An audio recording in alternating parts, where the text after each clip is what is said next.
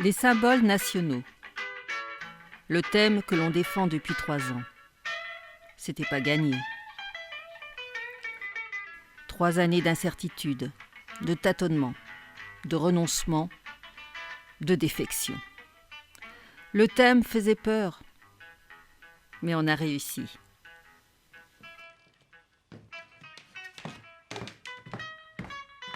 Il faut commencer par l'engagement citoyen. Une action menée en plusieurs étapes, dans différentes villes et dans différents quartiers. Première étape, l'enquête de terrain.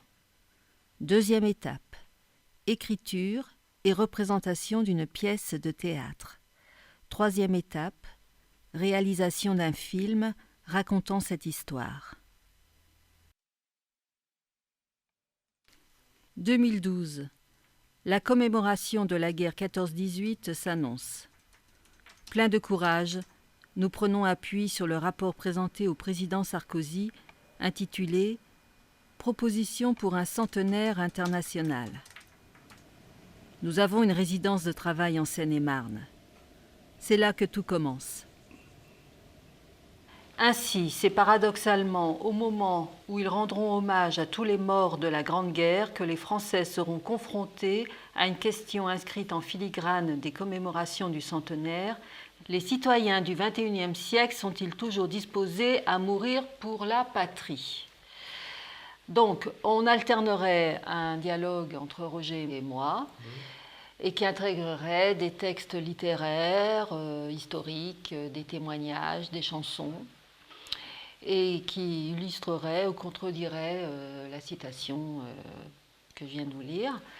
Donc, est-ce qu'on peut commencer donc, sur les différents arguments qu'on pourrait avoir Je crois que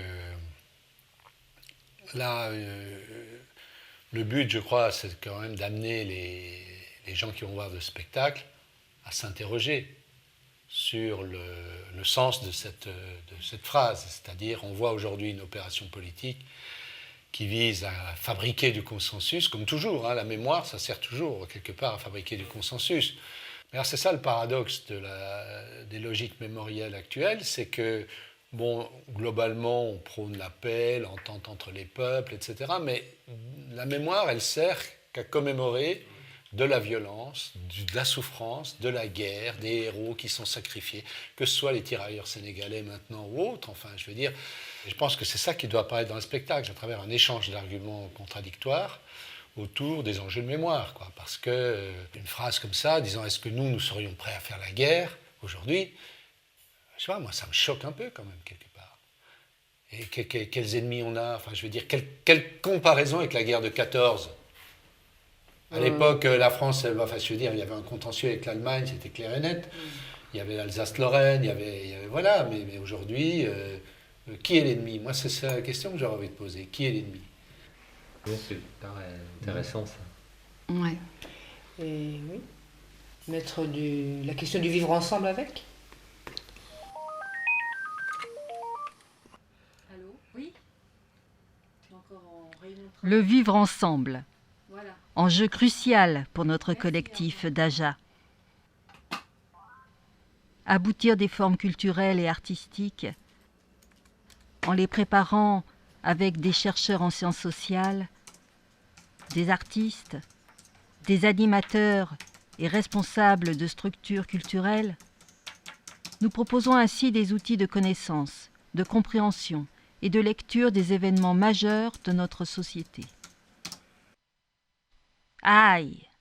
Plusieurs municipalités qui semblaient partantes pour mettre en place ce projet ne sont pas venues au rendez-vous. Donnant de vagues justifications, souvent nébuleuses. Que se passe-t-il ? Heureusement, le centre social Toffoletti de Bagnolet est enthousiaste à l'idée d'une action. L'enquête démarre.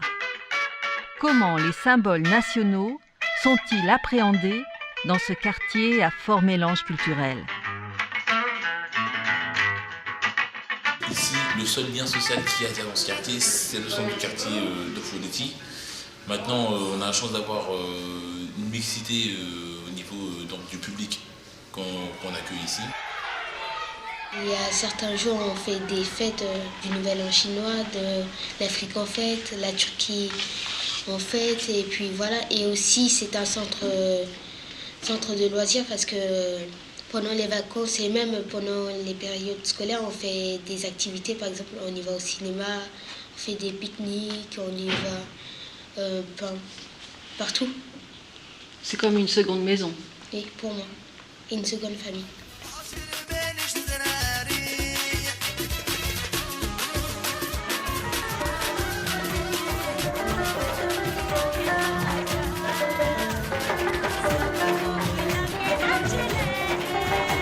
Ici, il y a tout type de danse, il y a le hip-hop, il y a le Bollywood, il y a la salsa. Et à travers toutes ces activités, ça montre qu'il n'y a pas un problème par rapport aux origines qui sont différentes. C'est-à-dire que toutes les origines peuvent très bien se regrouper autour d'une activité, autour des valeurs qui dégagent. Et il y a un vivre ensemble aussi qui se fait. Mais comment ces jeunes se situent-ils par rapport à la France ?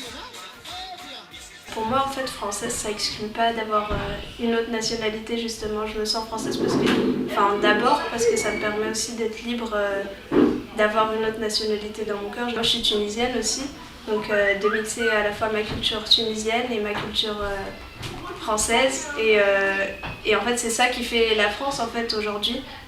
Vous vous sentez vraiment français ?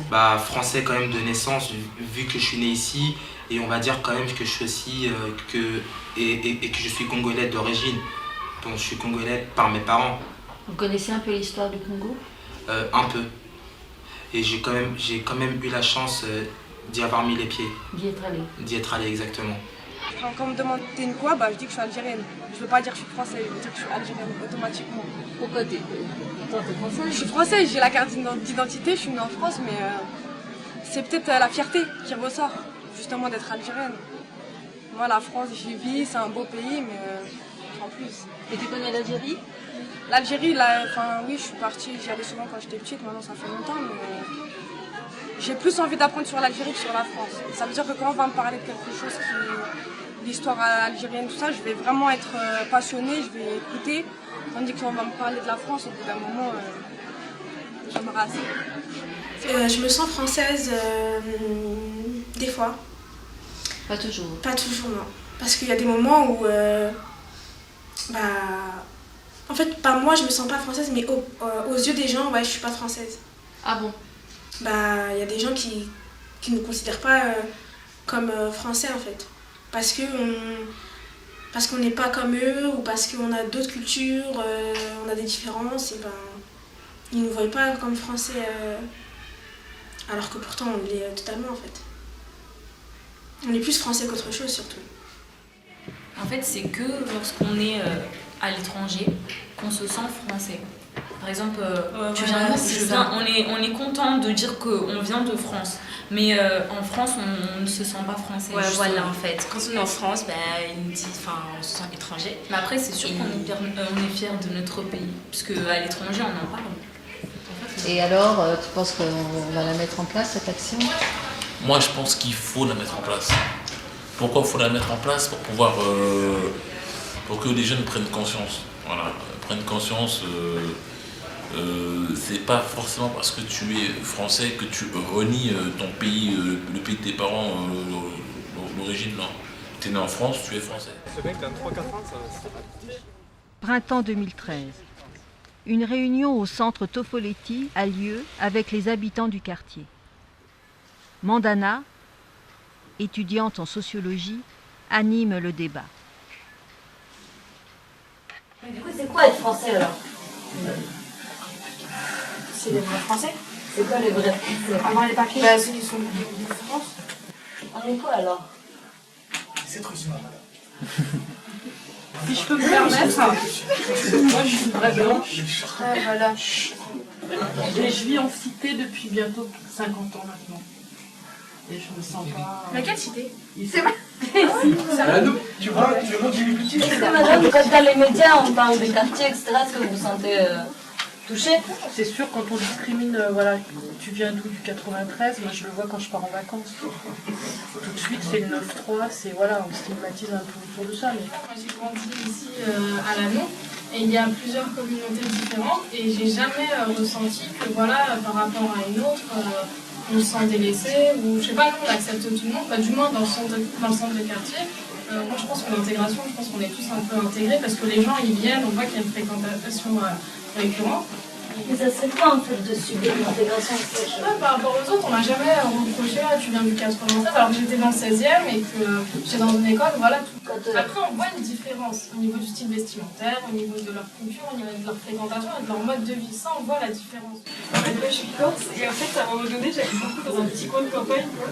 Et un jour il y a une vieille dame qui m'a dit mais vous êtes pas de chez nous hein?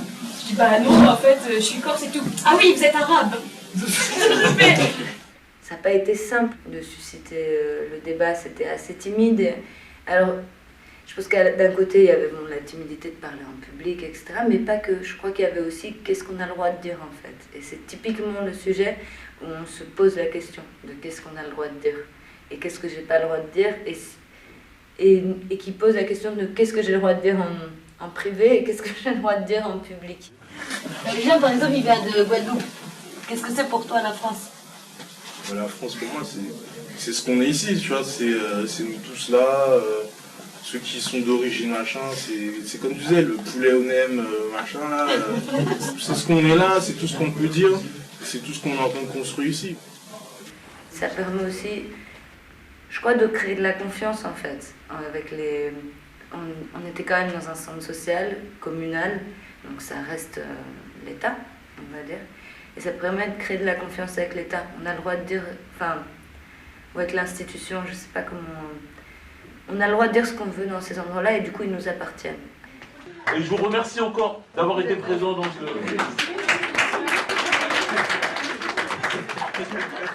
Le succès de cette première étape nous encourage et nous rassure sur notre projet. Nous contactons Asdine Sabi, le directeur de la maison de quartier Montmousseau. Ce qui m'intéresse dans la démarche de Gérard et du collectif, c'est d'amener au plus près des habitants, des gens de tout âge, à s'approprier un peu leur histoire, l'histoire du pays, mais aussi plus largement du monde. Et de reprendre des faits historiques et de les mettre en scène avec des artistes, ça c'est une démarche qui n'est pas aujourd'hui développée en France. Je suis hyper contente. Asdine de la maison de quartier de Montmousseau accepte notre spectacle en juin prochain. Tous en scène.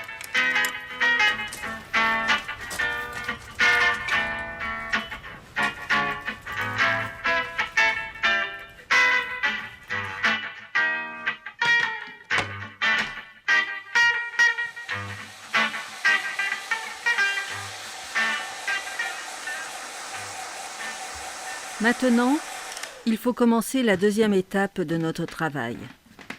Écrire la pièce de théâtre sur les symboles nationaux.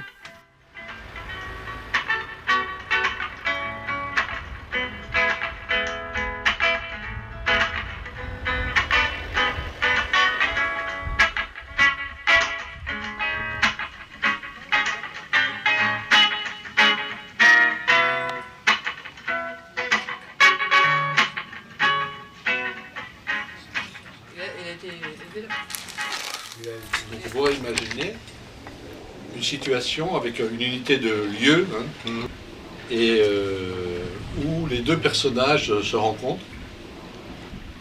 Pas évident parce que... Salle d'expo. Oui, une salle d'expo. Conférence. C'est-à-dire, lui, au début, moi je crois qu'ils sont vraiment violemment en désaccord, parce qu'il faut, hein. Oui, puis oui, c'est ça. Voilà, il faut que, voilà, il y a c'est une dynamique. C'est vrai qu'à la télé, quand il y a une émission qui marche, c'est qu'il y a un conflit. Quoi. Oui, bah, c'est ça, ça marche. Oui, mais même classiquement dans le théâtre. Oui, c'est ça. C'est la confrontation. La confrontation de gens qui au départ viennent d'univers très différents et trouver le moyen, qu'il ne soit pas trop artificiel, qui quand même se finalement rapprochent. se rapprochent et à la fin deviennent complices, quoi. Voilà, parce que nous, ça permet avec notre public aussi de leur faire ce chemin-là, normalement. Voilà, oui, c'est ça, c'est l'idée de montrer que les conflits peuvent s'apaiser et Voilà. qu'on peut arriver à vivre ensemble. Voilà. Plusieurs semaines passent. Nous commençons les répétitions. Le travail sur le plateau nous permet de fixer rapidement le début du spectacle Oui, donc, en et de fait, décider de la présence d'un écran où seront projetés des documents audiovisuels. D'accord. Je vais montrer des documents. Je montre des documents sur un écran. Tu peux passer des images, tu es vraiment installé dans le lieu. Et moi, j'arrive ici et je vais faire la mouche du coche. Quoi. Je vais te déranger dans ton truc.